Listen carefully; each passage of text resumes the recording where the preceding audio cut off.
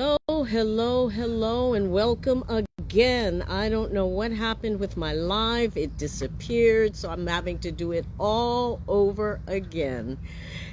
I'm Sheila Balgovin, known as the Dream Decipherer, and this is Dream Your Life, Live Your Dream Live, where we talk about all things dreams. Now, today we're going to be doing a little bit of dream myth busting again. And look at some of the common myths and facts around dreams. Now, while people are studying more and more that sleep and dreams specifically, there is still a lot of confusion and a lot of erroneous information running around with regard to dreams. So we're going to look at a few of those myths and legends and see how true they are or not true. And the first thing is that people say, well, dreams have a mind of their own. They do their own thing, independent of the person dreaming. Now, how does that even make any sense? Dreams come from us and are all about us and are always linked to the context of our lives and what's going on in our lives at the time. So thinking of dreams as something that is outside or separate from ourselves doesn't even make sense.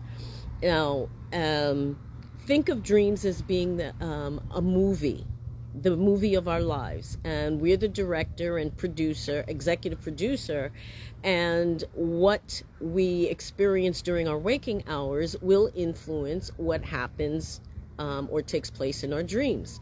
So to think of them as being something isolated or apart from ourselves is just not sensible. Another myth that comes along is that dreams don't really mean anything, and which is why they don't make sense.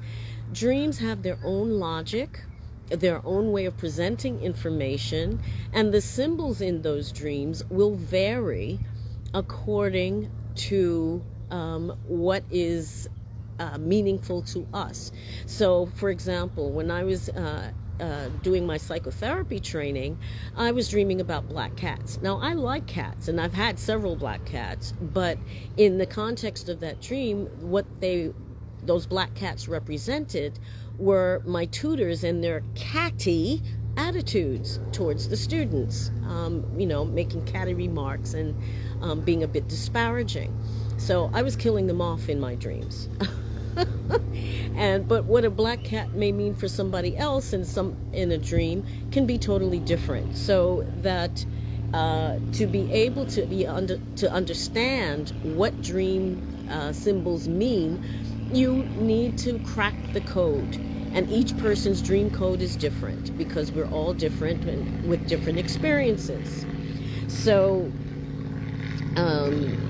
the attitudes about what dreams mean has changed over thousands of years, from being considered messages from the dead or predictions of the future, being repressed memories or feelings, according to Freud, or Carl Jung, who saw dreams as not only depicting what was an issue in our lives, but also showing us the way forward to resolve the conflict that may have arisen or been depicted. So how we think about dreams will largely determine how important they are in our lives and what they can do for us. Now, another myth that comes up is that people who sleep better are more likely to remember their dreams. And this is sort of true. It's not entirely a myth. The sleep cycle, of which dreaming is a part, needs to be gone through in its entirety in order to reach the dream state, or REM sleep, which is usually at the bottom, if you will, of that cycle. Now, if you're not sleeping a sufficient number of hours, you're not going to be able to go through that full sequence, and therefore your ability to dream may be curtailed in that case. So that's not quite a myth. It's sort of true. People are always asking me, well, how much sleep is enough sleep? However many hours you need as an individual to be able to wake up feeling fully alert and energized for the day is a sufficient number of hours. And that can vary from anywhere from maybe 5 hours to 9 hours. Depends on the person. So that's sort of a myth, but we'll take it. The other thing that may be involved in remembering dreams is that it has to be remembered that the brain consolidates memories during sleep. So it's sifting through memories and consolidating them so that they go from the short-term memory into longer-term memory. And dreams may be part of that process of correlating and consolidating memories rather. Now, the other thing that's a popular myth is that people say that, I don't remember my dreams, or I don't dream. Every mammal dreams, and if you've ever had a cat or dog and seen them barking or hissing in their sleep, you know they're dreaming, or they're running or they're digging or something in their sleep. They're dreaming. Now, we all dream. I mean, it's part of the sleep process, but there could be things that interfere with your ability to access those dreams or remember them. I mean, it could be medication, alcohol, medication, whether legal or illegal. It could be you haven't had sufficient enough time to sleep. There could be any number of reasons why you don't remember your dreams.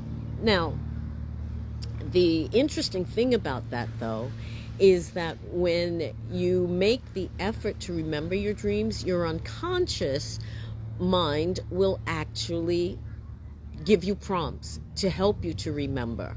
So that once your unconscious mind sees that you're actually making the effort to remember, it will help you to do so. So if you're not paying attention to your dreams, if you're not giving them much credence or much energy, how do you expect them to stick in your mind if you ignore them? I mean, there's kind of a give and take there that has to be remembered.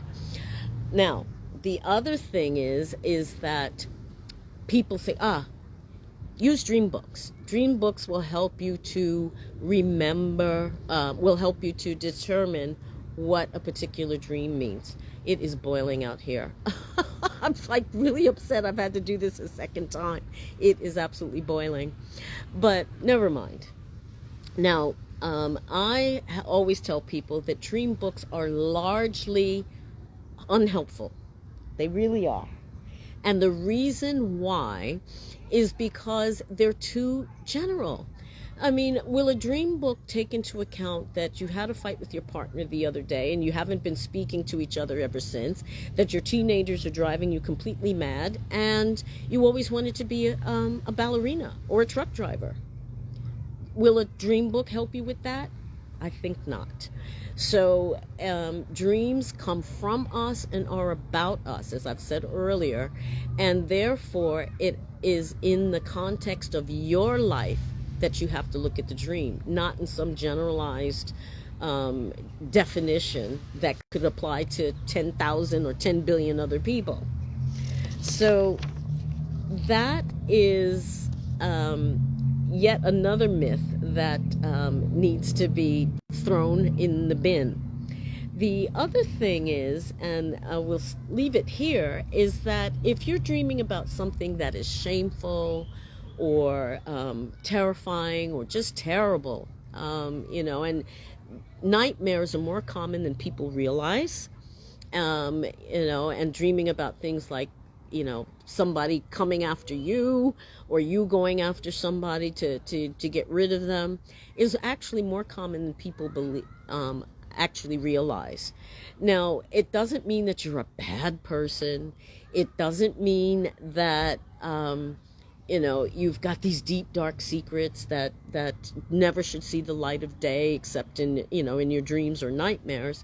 It simply means that you are experiencing some kind of conflict, whatever the nature of that conflict may be, and that you need to look at it and resolve it in some way. Dreams are a call to action, actually, to get you to look at something and to think about it differently, to take a particular action, to gain a new understanding or insight into yourself and your relationships. Primarily the relationship you have with yourself, but the relationship that you have with others as well. So, don't beat yourself up because you dreamt that, you were this horrible person doing these horrible things. No, it probably just means that there's some issue in your life that you're not happy about and you're not acknowledging fully, or haven't taken any action to resolve it. So there you have it, just a few of the many, many dream myths that are out there. And I hope that will give you some grist for the mill in terms of thinking about your dream life and what's happening in it or not. And if you'd like to find out more about what's going on in your dreams, you can always book a free dream consultation and get some advice and some tips as to how to approach a dream to be able to pull out what I call the gold in the gobbledygook. Thank you so much for watching and listening. I hope this time that the recording will go through, and I'll see you again soon. Take care. Bye-bye.